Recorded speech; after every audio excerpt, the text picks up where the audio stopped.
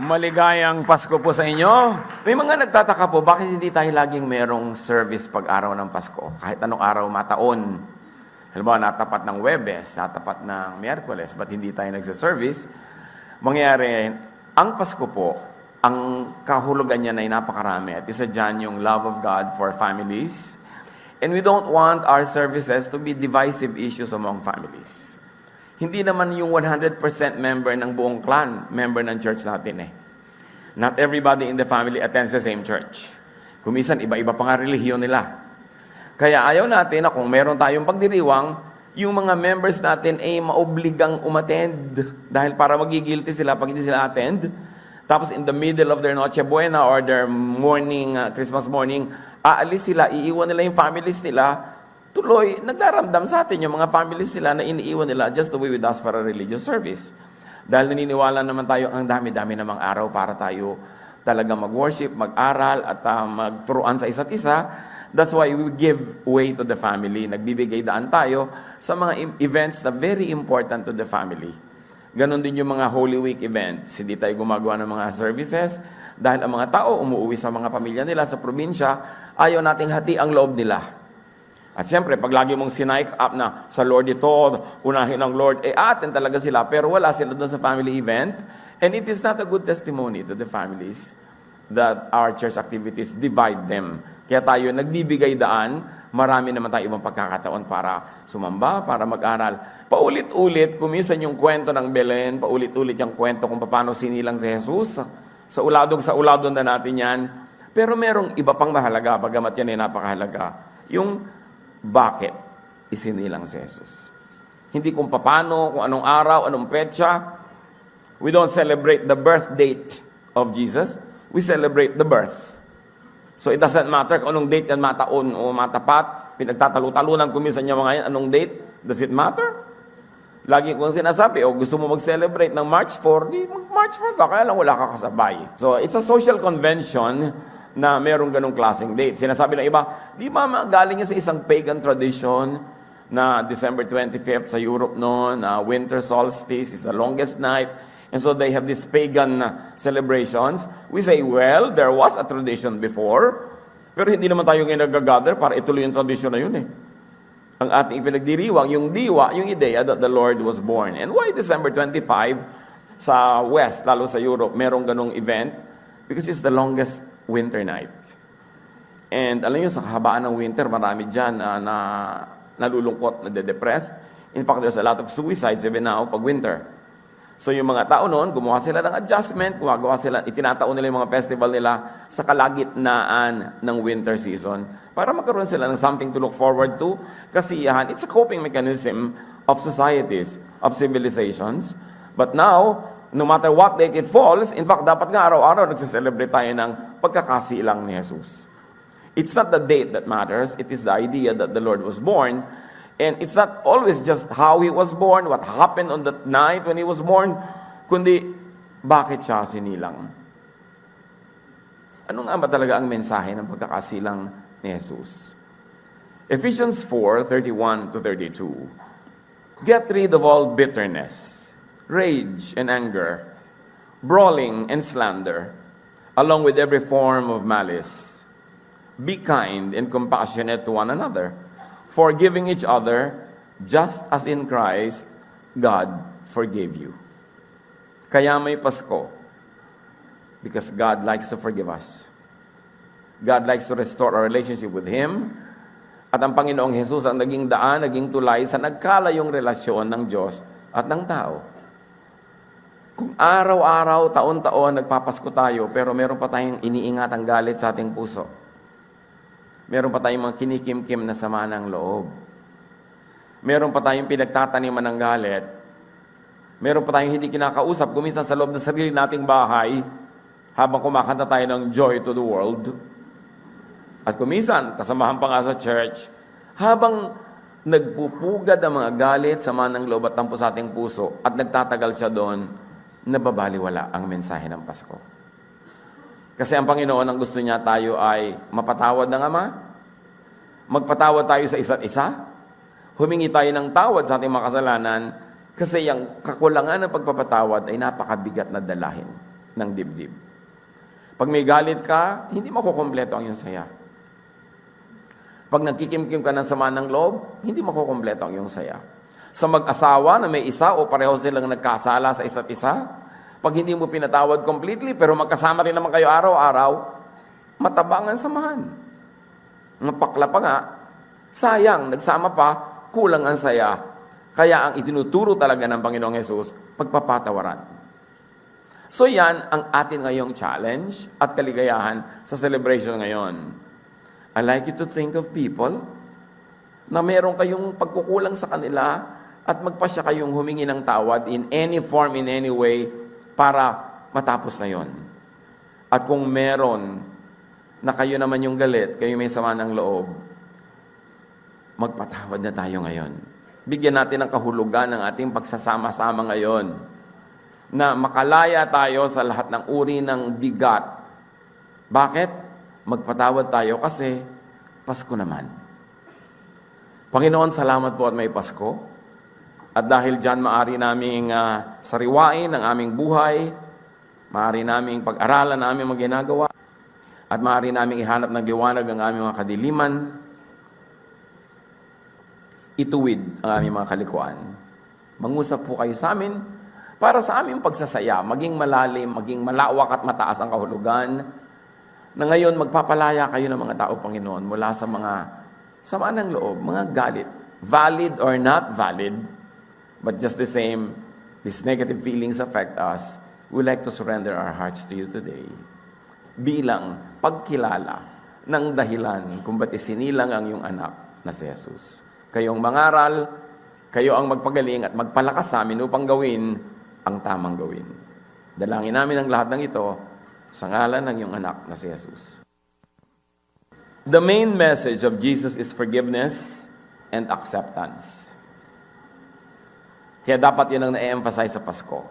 Sa Pasko, hindi lang, anong ireregalo ko kanino, anong ireregalo ko, kundi sinong dapat kong patawarin na dapat kong regaluhan ang tunay na regalo ng Pasko. Sino ang dapat kong tanggapan ng pagpapatawad at paano ko padadaliin sa kanya yon? Hihingi ba ako ng tawad? Magpapadala ba ako ng regalo? Magpapadala ba ako ng greetings? Para malaman niya, directly or indirectly, na ako'y humihingi ng tawad. Because the main message is forgiveness. God's forgiveness and acceptance of people through Jesus. Acts 13:38-39. I want you to know that through Jesus, the forgiveness of sins is proclaimed to you. Sa pamamagitan ni Jesus, ibinibigay ang pagpapatawad. At yun ang dahilan ng Pasko. Empty ang Pasko na walang kakambal na pagpapatawad at pagpapatawaran. Through Him, everyone who believes is set free from every sin. A justification you were not able to obtain under the law of Moses. So that's the reason. If people would have to obey the law of Moses to be free from sin, nobody could be free because nobody could obey. So Jesus was sent to obey the law of Moses in our behalf. And then, to go above it and to set us free from that law. Na napakalinaw na ginawa niya sa pagpapaalaya niya sa mga tao sa law of the Sabbath, sa mga law ng mga dietary laws, mga laws of physical cleanliness, etc., etc. So, pinapalaya tayo. Napakaraming mga batas ang sinunod niya in our behalf kasi hindi natin kaya sundin. At napakarami naman siya mga batas na in-update.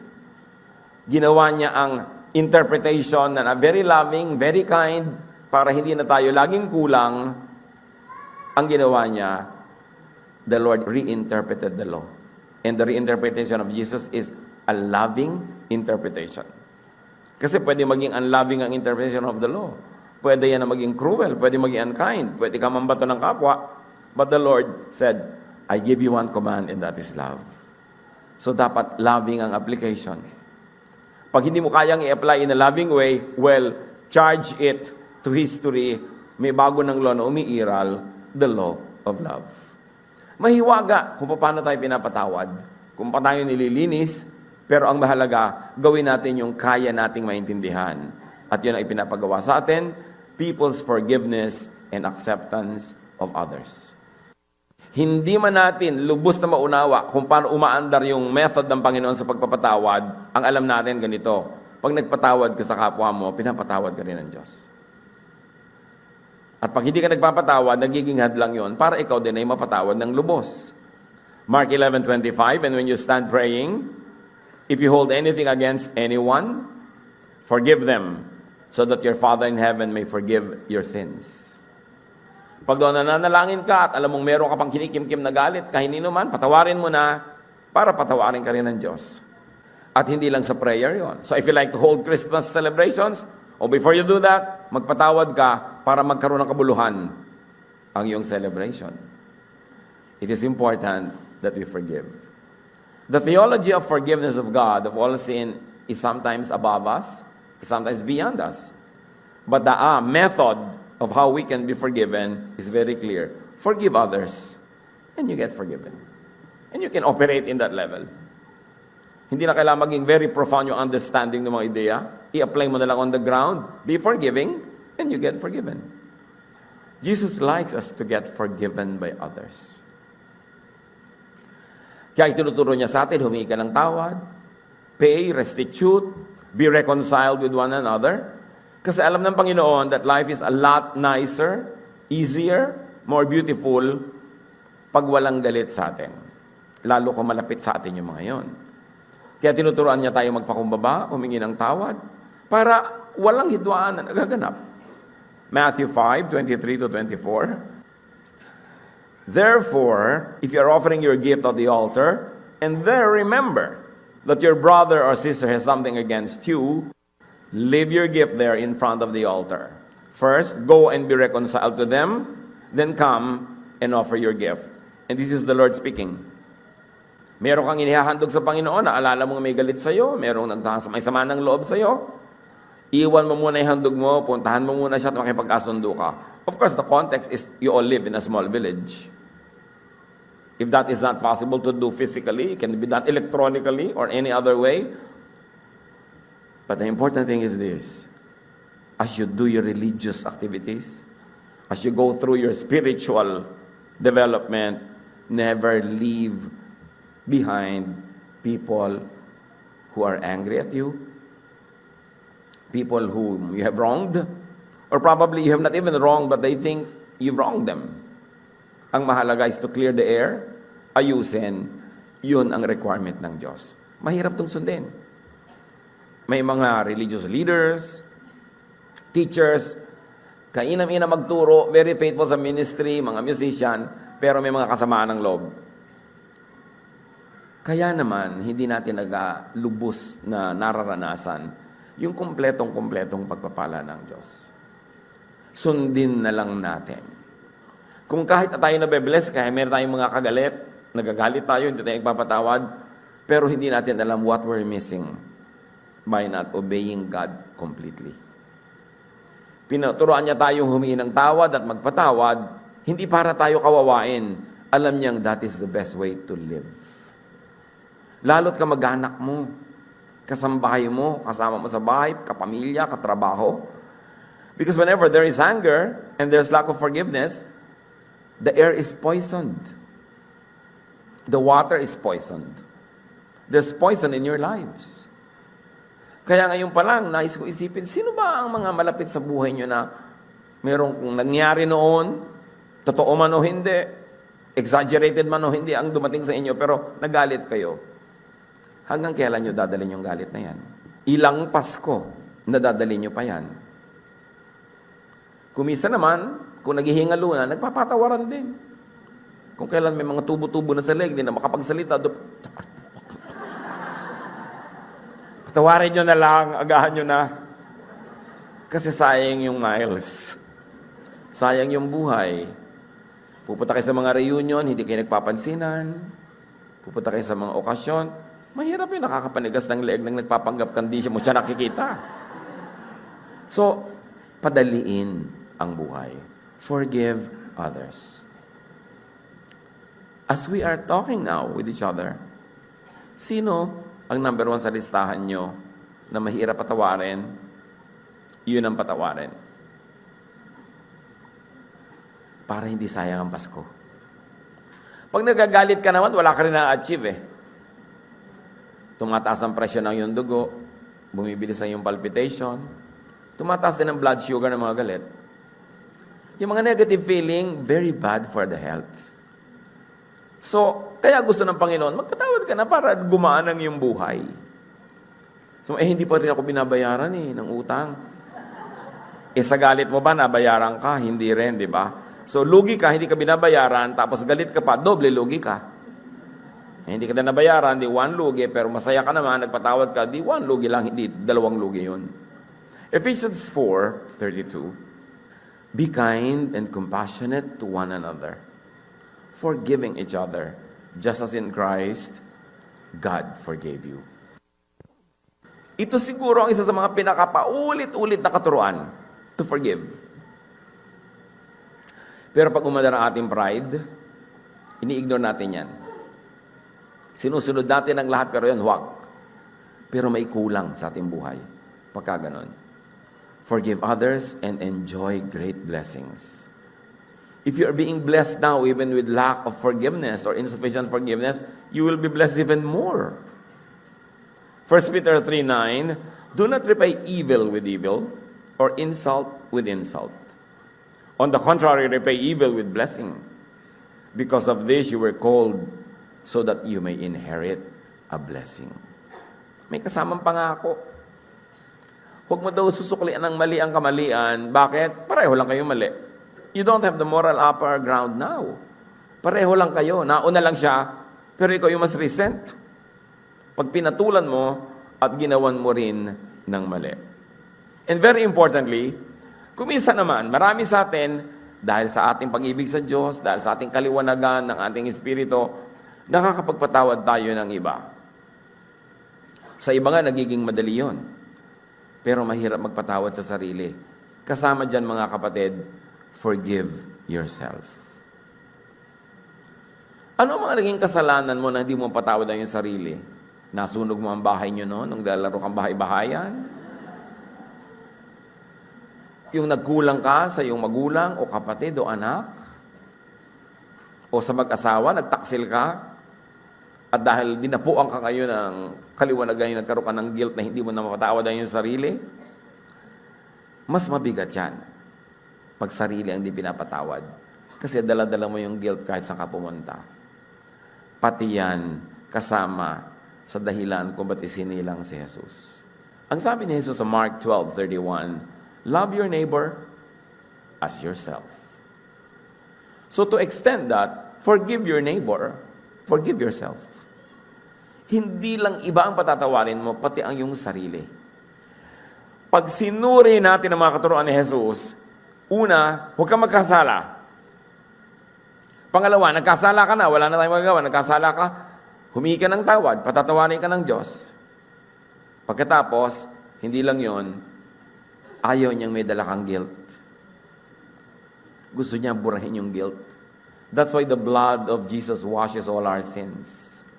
It is not enough that you know that you were forgiven by God, that you were forgiven by your wife, or by your son, or by your mother. You must also forgive yourself so that the burden will be lifted up. And the rest that God wants to give you will be yours. Sabi ni Jesus, come to me all of you who are tired and heavy laden, and I'll give you rest. Learn from me. I am humble at heart. My yoke is easy.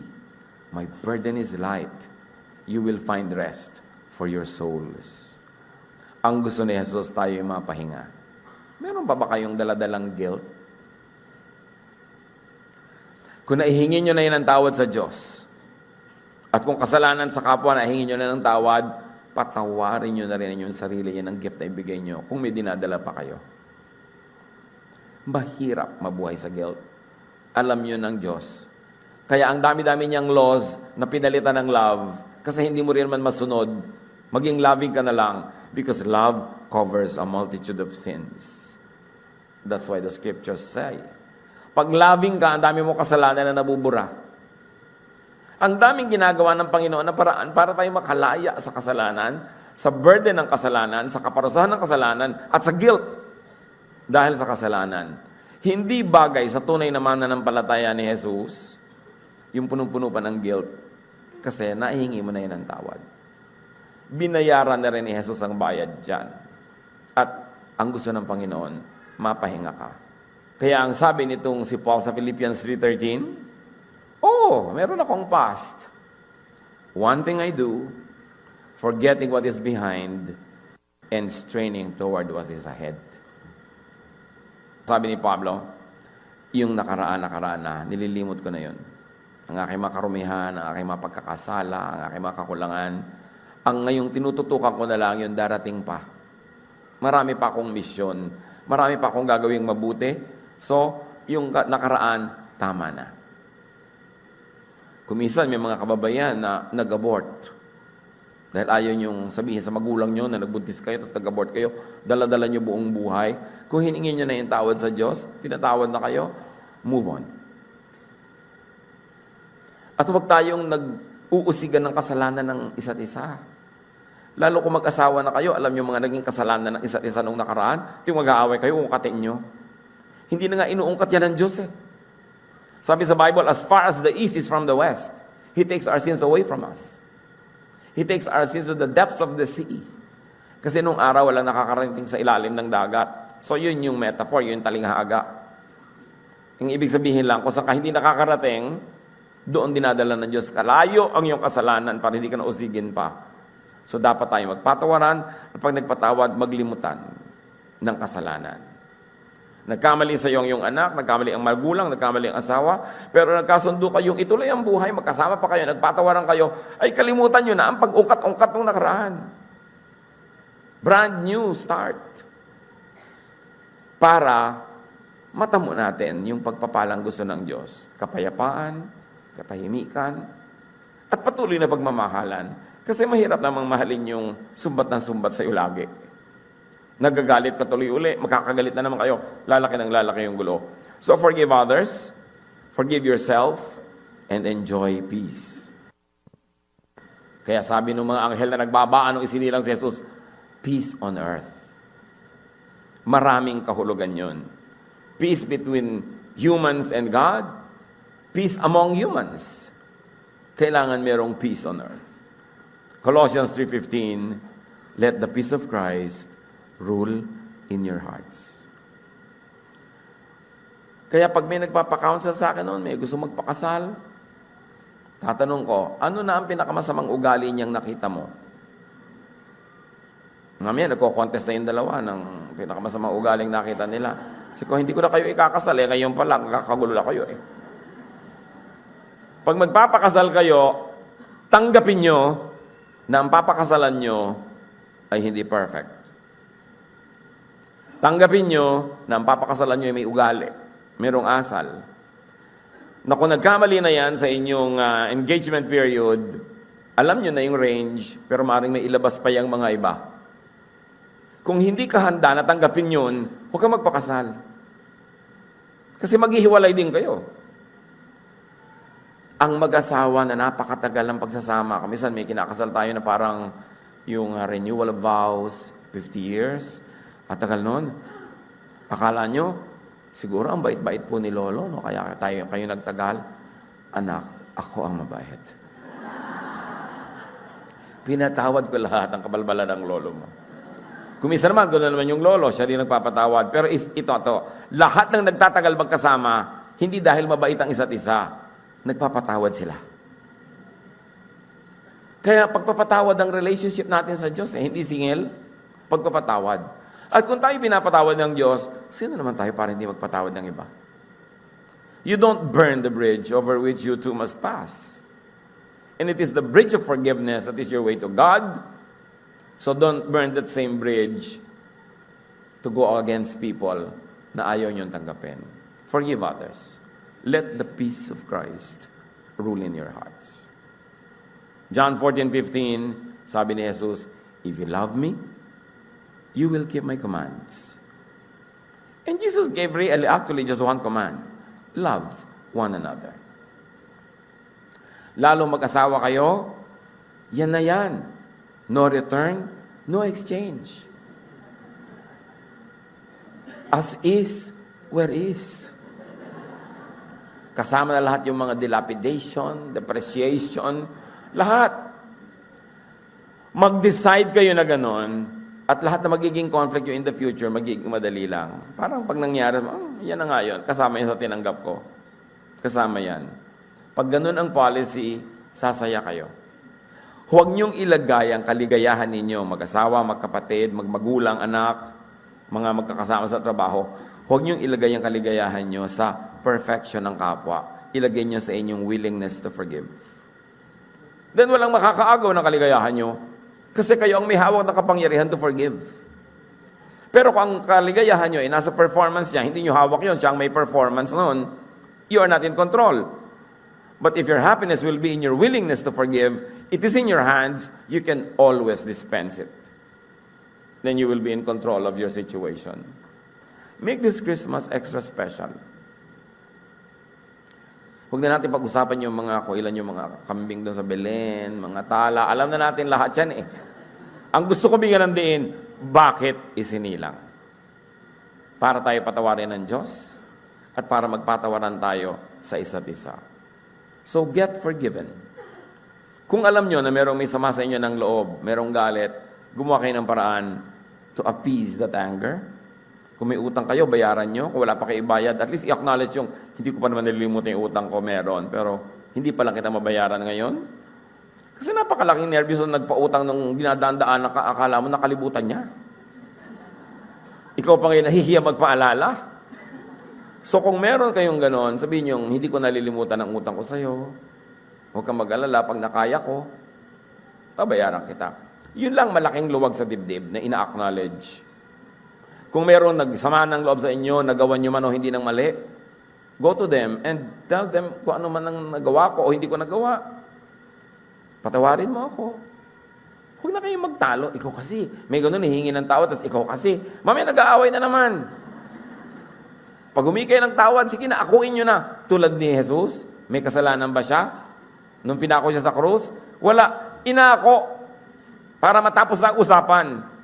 So akuin nyo na lang. Kung yun ang tatapos sa usapan, kaysa patuloy kayong magsisihan, mag-contest kung sino ang mali. Lalo sa mag-asawa, pag may mali siyang ginawa, tapos hindi ka gumawa ng tama, mali na rin yung ginawa mo. Pareho na lang kayo mali. Nauna lang nga siya. Gaano kahaba pang nalalabing buhay sa atin dito sa lupa? One day? Huwag naman. No? Masyado maiksi. But who knows?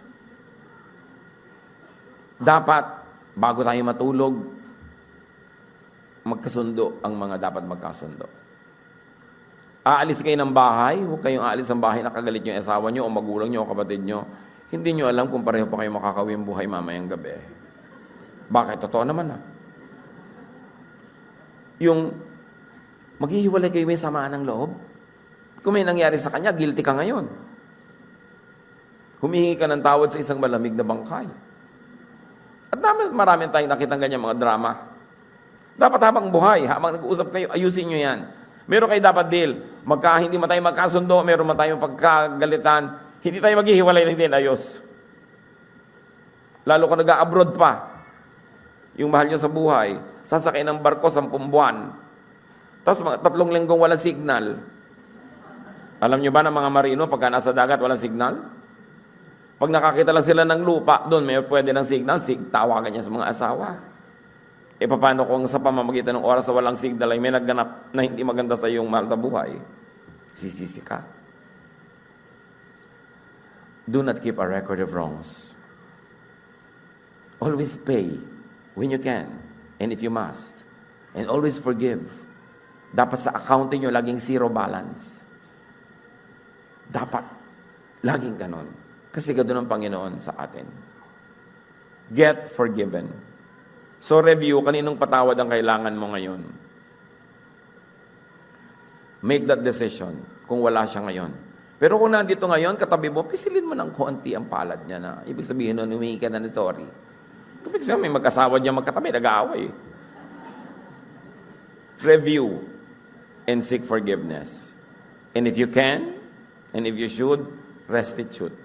It's not enough to say sorry when you can do something more.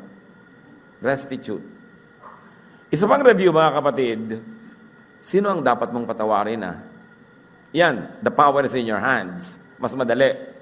Forgive na. Ngayon na. Huwag mo na ipagpaliban. Huwag mo nang tagalan. Kasi pag natagalan yan, darating na naman ng mga ibong, mga padala ni Taning, aagawin na naman itong mga salitang narinig natin ngayon. Kailangan magpatawad ka na.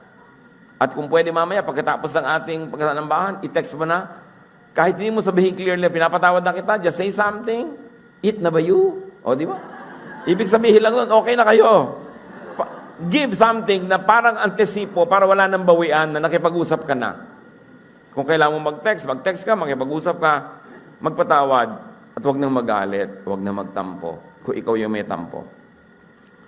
Kung ikaw nga yung galit, the power is in your hands, kasi pwedeng ikaw magtanggal ng galit na yun Mas mahirap kung siya ang galit sa'yo Kaya mas madaling yung ikaw ang galit, na mas lumuwag yung dibdib. Kasalanan mo na, pagkadala-dala mo pa, pero ikaw pala yung galit, kasi pwede mo nung alisin yung galit mo. Pwede ka magpatawad. The power is in your hands. Whatever it is, if you need to seek forgiveness, huwag nang mahiya at huwag nang magtagal. Huwag nang magmatigas ng loob. Mga kapatid, magpatawad na kayo. Humingi kayo ng tawad. Sige na, Pasko naman. Panginoon, salamat po dahil may Pasko.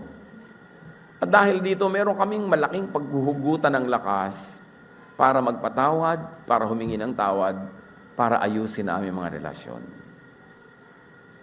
Sa sandali ito mga kapatid ng katahimikan, makipag-ayos kayo sa Diyos kung merong dapat ayusin. Kung meron kayo hindi pinapatawad ng matagal, patawarin nyo at sabihin nyo sa Lord, Lord, pinatawad ko na po. Yun ang report nyo sa Lord ngayong Pasko. At kung meron kayo dapat hinga ng tawad, make this firm resolve that you will do it as soon as you can. Lord, hear the prayers of your people. Ang dalangin namin, magpalaya kayo ng mga anak nyo na narito ngayon. Hindi aksidenteng narito sila, gusto mo silang palayain. Kung may bigat ng dibdib, kung may dinadala mga sama ng loob, at kung merong pagmamatigas at ayaw magpatawad, lahat kami, Panginoon. May our hardness melt in the presence of your love. May the dark parts of our soul be brightened up by your light. Tapunan mo ng liwanag, Panginoon, ang mga madidilim na bahagi naming buhay. Palakasin mo ang aming mga puso't isip na gawin ang tama. Makipagkasundo, magpatawad, humingi ng tawad. At kung meron man, hindi kailangan gawin to dahil wala silang galit. At kung meron man na walang nagagalit sa kanila at hindi nila kailangan humingi ng tawad, salamat sa napakagandang buhay na naipamuhay nila sa nakaraan. Subalit sa karamihan, Panginoon, kailangan namin ng iyong lakas para masunod ang lahat ng ito at maging totoo sa aming buhay ang diwa ng Pasko. Magbulay-bulay, think of people that you have to forgive and forgive them now.